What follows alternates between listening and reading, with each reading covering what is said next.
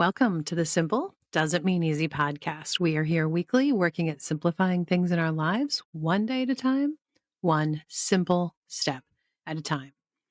I'm your host, Michelle Visser, and today we're kind of doing a part two from last week. I'm going to just give you a little bit of my story with fresh flour, and then we're going to dive in exactly where we left off last week, talking about enriched flour, the history behind the enrichment program, and what it means today. Before we go any further, I have a question for you. I want to know if you're ready to be a flour rebel because it is time to own the whole grain and start flouring fearlessly.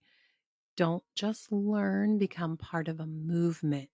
That's what's happening with Fresh Flour University. What are you going to find there? Well, first of all, go to solelyrested.com/mill, MILL, and you can read all about it. But I will tell you, you will find zero BS. You're only going to find real, honest results, no overcomplicated nonsense, no overdone fluff, just hands on tips and tricks that I personally have discovered and worked through in years worth of trial and error with fresh flour. And you're not going to find any gatekeeping. It's just like my flour. I'm keeping things real in here, guys. You don't need any magic formulas to make amazing baked goods with fresh flour. What you do need is the right knowledge presented in a way that makes sense. And that's exactly what you'll find in Fresh Flour University. Go to solelyrested.com/mill for the most amazing introductory price. You're never going to see it this low again. And amazing gifts for a limited time for the founding members of Fresh Flour University. If you hear this after the fact and the introductory price is a thing of the past, I still want to give you a savings code. Use code PODCAST, PODCAST, to save 30% off. But if you're catching this in real time, go and don't waste a second. Join Fresh Flour University at this introductory price that you're never going to see again. solelyrested.com/mill, MILL. So for many years, I was working at improving my pantry, improving what I was putting on our family dinner table. And some of the things I took on were pretty hard, long, complicated things or a long learning curve. Things like, for instance, I got really excited about raising our own pork when I learned about vitamin D and how pasture raised pork is the number one food you can eat. There are very few foods you can eat that you get vitamin D.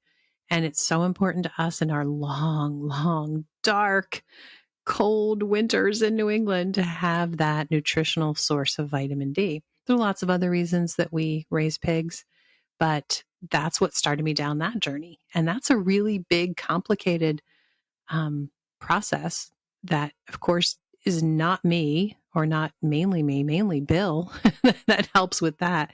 Thankfully, he also likes having pigs. So it's a combined effort on our part. But it's not a little thing, is what I'm saying.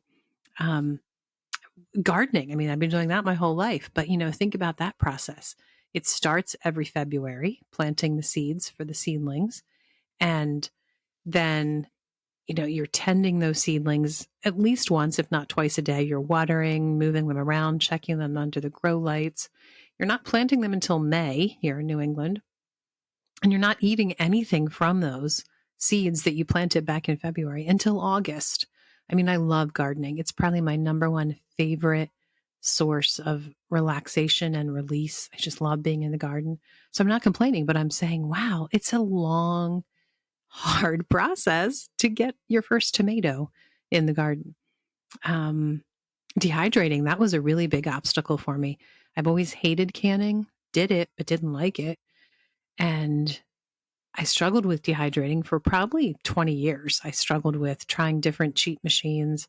And then when I learned, I got actually really excited. This non-liking of canning girl got really excited when I realized, wait a minute, the nutrients, you're left with about 50% of the nutrients in your food if you're canning it.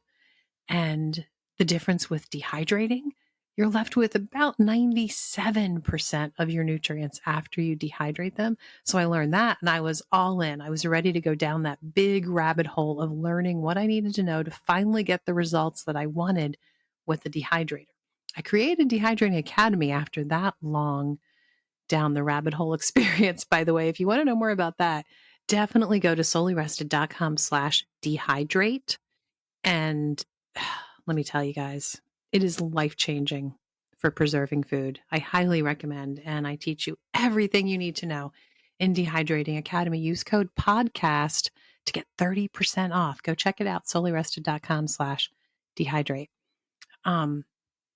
But I mean, let's think about those three things alone. And that's just three out of, I don't know how many things we took on in the effort of improving our food. But in just those three things, we needed land and fencing, needed to find a butcher, needed to find someone to come to the farm and process the pigs before we took them to the butcher. We needed land for the gardens. We needed to put up fencing for those. We needed to buy a dehydrator, and the years and years of effort that went into learning all these things too. Okay, my point in all of this is all of that, and never once did I stop and think about the most basic ingredient, one thing, one in our kitchen: flour. Didn't think about it. And the fact is, anybody who lives anywhere with even the tiniest of kitchens in the middle of a city can have a grain mill. That's the amazingness of this modern technology of a grain mill, that literally anybody, anywhere, can have a grain mill. You can live in a tiny house and have a grain mill. And they're not very big, but you're harnessing all the power to keep every single nutrient in that wheat berry in your flour. And it just sits there on your counter. At the flick of a switch, you can do this. So why did I invest so much effort, money, time into all these things that were great? I'm glad I did, to improve our food, without realizing there was something so basic that changes everything. And I could just do it at the flick of a switch of a small appliance on my counter. Like, I can't even, it mesmerizes me to think about it still. So I'm glad, at least when I finally did think of it, that I thought of it then. But I don't know why I didn't think of it sooner. If you want to know more about choosing a grain mill, by the way, I know that that's a complicated thing. And yes, you can definitely have fresh flour without a grain mill. You can purchase fresh flour. You can maybe use a blender with usually half-hearted results. But in the end, I highly recommend getting a grain mill. Like I mentioned last episode, I think I'm going to do an episode upcoming about overcoming that obstacle of the expense, because I know it's an obstacle, like maybe the number one obstacle for people when it comes to fresh flour. But go to soullyrested.com/mill, MILL, and I link there to my guide to choosing a grain mill. It's a really in-depth analysis. So many of you have reached out to me. So kind of you, so sweet, to tell me how much you are thankful for that guide, how much you appreciate it. And funny enough, I always will ask, oh, did you choose one? What did you choose? And the answer is always varied. Every person gives me, a different one of there are 4 grain mills there that I break down, and I explain the benefits of each and the drawbacks of each. And it's amazing how all of you give me different answers. I mean, I probably 25% of you tell me each one of them. And are there 4 there now? Or now I'm stopping to think. What? There's the Impact, the Classic, the Harvest, and the Mock Mill. Yes, there's 4. I'm right. I don't know why I hesitated on that. But my point is, everybody has different needs and different things that are more important to you with the grain mill. So it's not just Michelle saying, well, this is the one I use and this is what you should buy. It's really me helping you break down the differences. So go to soullyrested.com/mill. I think you will like that guide. You'll also find information about Fresh Flower University.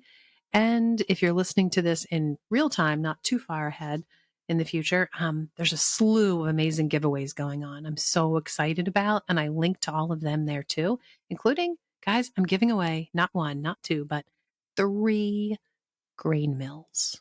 I'm serious. Don't miss it. Soullyrested.com/mill. I don't know why I didn't start the whole episode telling you about that. I should have, because it's huge. It's big. It's exciting. Okay. Also, have you grabbed my totally free meal plan? I have a week's worth of delicious dinner plans all ready for you. The recipes you need, the plan ahead that you need. Just go to soullyrested.com/beef, BEEF. And I am going to share with you a week's worth of dinner plans that are high in protein, filled with really good meat. Speaking of meat, have you checked out 99 Counties? I know I've been talking about this platform for a while because I'm super excited about them. They are connecting consumers like us who genuinely care about our food to small family farms across the Midwest that would have no other way of meeting us. But this platform is connecting us.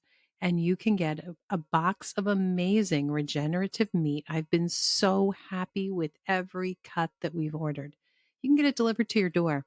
You can also save $30 off and enjoy free shipping. And there's a special going on for a very limited time that you can even add extra meat to your box for a year. Go to soullyrested.com/beef and I give you the links and the information there. Or just go to 99 Counties and use code SOULYRESTED, SOULYRESTED, to get that $30 off and make sure you pick your free choice of meat for a year. Go check it out. So that's just a little bit about my story. And I have a feeling I'm not unusual. I have a feeling most people don't think about their flour.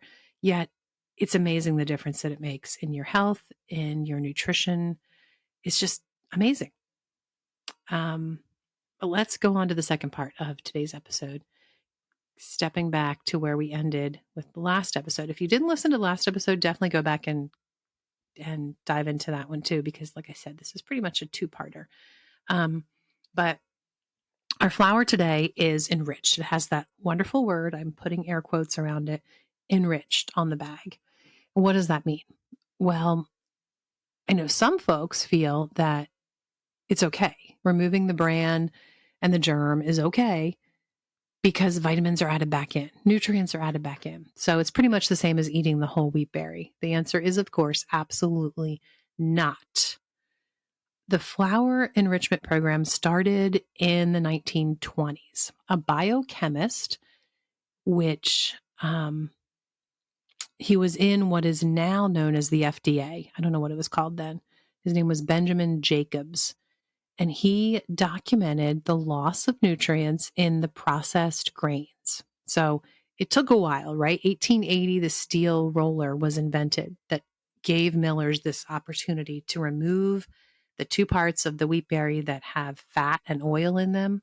So they were left with just the endosperm after they took away the bran and the germ. Just the endosperm, didn't have any fat and oil, and it was shelf stable for years. So that was 1880. It took 40 years until 1920, until Benjamin Jacobs sat down and started analyzing it for people to realize, this really isn't a great thing to take natural food in its natural state and take away 2/3 of it and then be happy with what's left. But don't worry. Of course, Benjamin Jacobs was a biochemist, right? He, of course, had a solution. So by the 1930s, flour was being enriched. They were adding iron and niacin, thiamine, and riboflavin back in an effort to put back what was being taken out. By the way, if you caught last episode, you know that when they took out those two parts of the wheat berry, they, of course, made even more money because they could sell those parts for animal food and for making seed oils. So they were making more money and feeding us worse food, right? That's the way it usually goes, right? Well, then in the 1940s, there was an international effort to enrich all flour everywhere. Wartime shortages meant that the government started looking into ways to compensate for the lack of availability and variety in our foods. Even with that international enrichment effort, though, flour was coming up so short, about 80% short, actually. Enriched flour really offers about 20% of the nutrients that you find in your whole fresh milled flour. 20%, guys. But it gets worse because you see, in the 1940s, science had no understanding of cofactors. We talked about cofactors in a few episodes. Let me go back and look so I can tell you. By the way, I send out an email once a week that has all the links that I'm referring to, and of course, the link to the episode. So if you are not signed up for that, please go to soulyrested.com/podcast, and you'll get in your inbox every Monday all the information about the current episode, including all the links. So you don't have to go looking for these things like I'm hunting for it right now. Let's see, episode 142 hinted at cofactors. It was a great discussion, really good. One of my favorite episodes, probably, about why we don't need to fear heavy metals in our homegrown food. That was with Daryl Bosshart of Redmond Salt. Really good, episode 142. And then in episode 144 and 145, we talked more about cofactors and we dove deeper into that whole thing. So I'm just going to kind of skirt the issue right now. Go to those episodes if you want more depth. But essentially, real food contains a wonderful variety of nutrients, and those nutrients in the real food complement each other and allow our bodies to absorb the good stuff as well as give our bodies what it needs to rid itself of the bad stuff. And any food that you eat is going, if it's real food, is going to have both sides of that story. So if you're eating it in its natural state, and it does have, let's say, heavy metals like real salt tends to, there's going to be cofactors that provide your body what it needs to separate that heavy metal and release it out of your body. It's really amazing, crazy, amazing stuff. But of course, in the 1940s, when they were enriching flour, they had no idea about this. And I mean, still today, it doesn't matter. We even know about it today, but we're still doing it. The enrichment added into the flour manufactured vitamins, right? Which may or may not be available for your body to absorb it well, especially in the absence of all those fats that they took out. So the vitamin-rich fats of the wheat berry in the bran and in the germ are naturally, they're naturally there. And with those fats help us absorb the nutrients. There are many vitamins and minerals that are fat absorbed nutrients. And without fat, our body literally can't use it.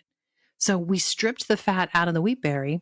We added back in some man-made vitamins and minerals, but it's kind of pointless because there's no fat there to help with the fat soluble nutrients and help them to be absorbed.